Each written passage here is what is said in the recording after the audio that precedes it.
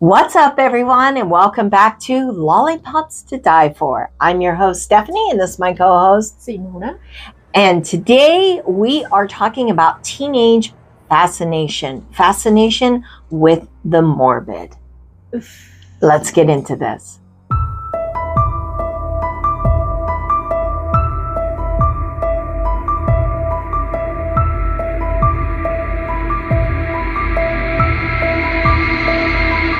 So on the night of February 27, 2021, Warren Barnes, a man living outside of downtown business in Grand Junction, Colorado, was asleep under a bridge. Despite being homeless, Barnes was a popular figure among the downtown community for his amicable disposition.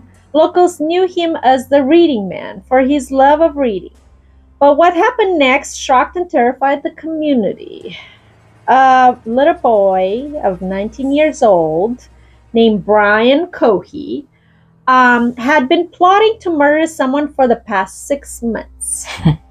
His preference was a homeless person or a prostitute, believing there would be few that would miss his victim.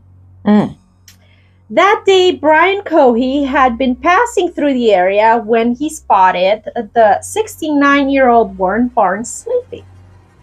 Cohey would approach Barnes, the 69-year-old, with a kitchen knife, a mask, and wearing 3 layers of gloves, and proceeded to horrifically murder him. Cohey had seen Barnes laying under a canvas upon arriving. He walked up to Barnes with knife in hand, pulled back the canvas, and stabbed him in the neck. His words were, "I've always wondered what murder felt like." That's what he confided in the detective. During the police questioning at his home, Cohey was asked, "Your parents have raised concerns about some items that they may have found in your room. Can you elaborate?" Cohey responded calmly, saying, "Yes, I believe so. A human head and hands from that man who went missing. I killed him with a knife." Barnes did not die after the first stab, and he would awaken and scream out in pain. Cohey then got on top of Barnes and continuously stabbed him, ultimately killing him. During this time, Barnes's head would also be partially decapitated. Cohey would further mutilate the body, slicing open Barnes's stomach to see his guts, and as he admitted to the police in an interrogation, and cut off Barnes's hands and placed them in a plastic bag. Cohey also stabbed Barnes's eyes. He not only did that, but he dismembered the body. But his horrendous acts did not stop there. Cohey cut apart Barnes's right arm at the joints and partially dismembered the left arm. He would also cut a Joker smile on Barnes's face before finally decapitating the head and placing it in a leftover pizza box, leaving the rest of the victim's body at the scene. But then Cohey arrived home and washed his clothes like a normal human being would, right? After they killed someone. He stored the dismembered head and hands of Barnes in trash bags in his closet, and then laid in his bed trying to sleep. But he became worried that he would be discovered by a potential hole in his gloves that would reveal a fingerprint. So Cohey put a different outfit and drove back to Barnes's body, where he would place it in his trunk. Then he drove to the Blue Heron boat ramp located on the Colorado River, where he dumped Barnes's body into the water. But when trying to leave, Cohey's car would slide into the river and become stuck. The police department would be called out to the car to discover Cohey.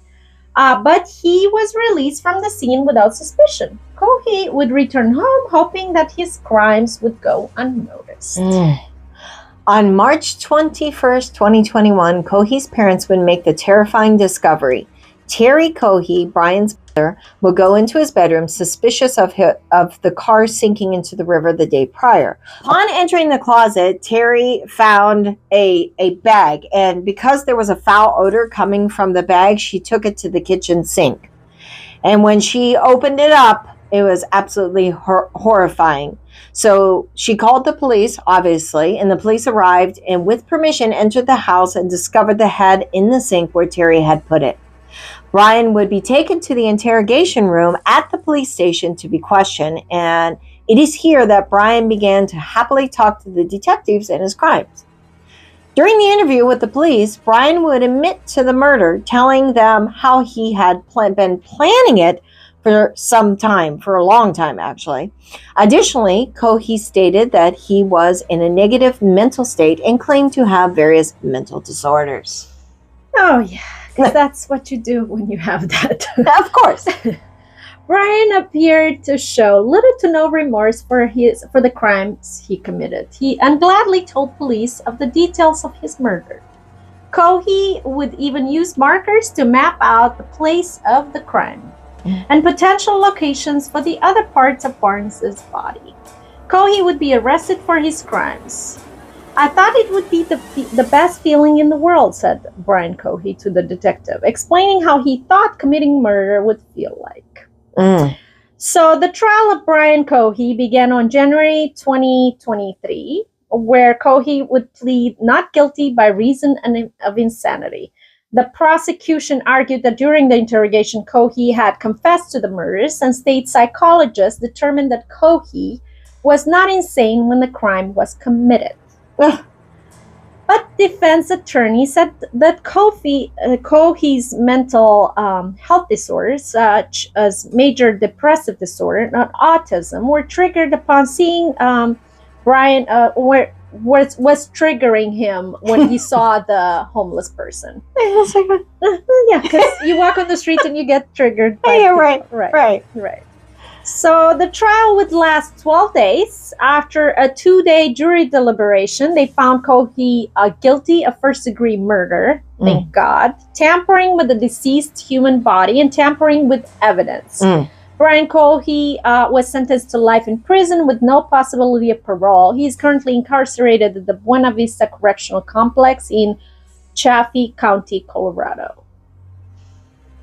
Yeah, some people... again, yes, he's got mental illness, but wow, it's like, what a discovery that your parents are going to make, and you plotted it out. Like, thank God they didn't find him, set him free like the cannibal killer. Right. Yeah, because they could have done that and just deemed it mental illness and just left him walk free into society, because clearly he plotted, he planned, he already, he knew exactly what he was going to do. It just makes you, when I heard the story, which was pretty in the media all over. Yeah. The horrific part is not part of what he did, because you get to the point where you see so much of it that it's pretty normal. Right. But one, it makes you think, what kind of kid did you have? Right. Maybe you shouldn't have. Right. It also makes you think, thank God I don't have kids. Sorry for the ones that do.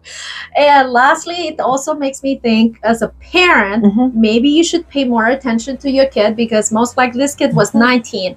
But by 19, his parents must have known or had signs that he wasn't fully there. Unless he kept it really well hidden. True, it could happen. I'm glad that his mom was not, like you said, she wasn't that tormented to just forget it and just try to cover it up and not even report it, because it could have happened. Yeah, right. But at the same time, it's like, what kind of kids do we have nowadays? I know. And where would it lead to? Like, had she not have reported it, what would he do next? Right. That's the thing we always have to remember. Thank God. And thank God that they prosecuted him. He should have got the death penalty. Right. The poor guy. For the poor guy that was, besides being homeless and without any possibility at that time. Right. Then you make you cut his life short just because you're triggered by your mental. The mental illness has been widely used as a reason for committing a lot of crimes. Like a crutch. Right. It becomes like a crutch. And at 19, I'm sorry, there isn't that many 19-year-olds that are trying to plot murders. Yeah, right. So, I know. All right, guys. I hope you enjoyed this episode. And always remember, the truth is always scarier. Bye-bye. Bye.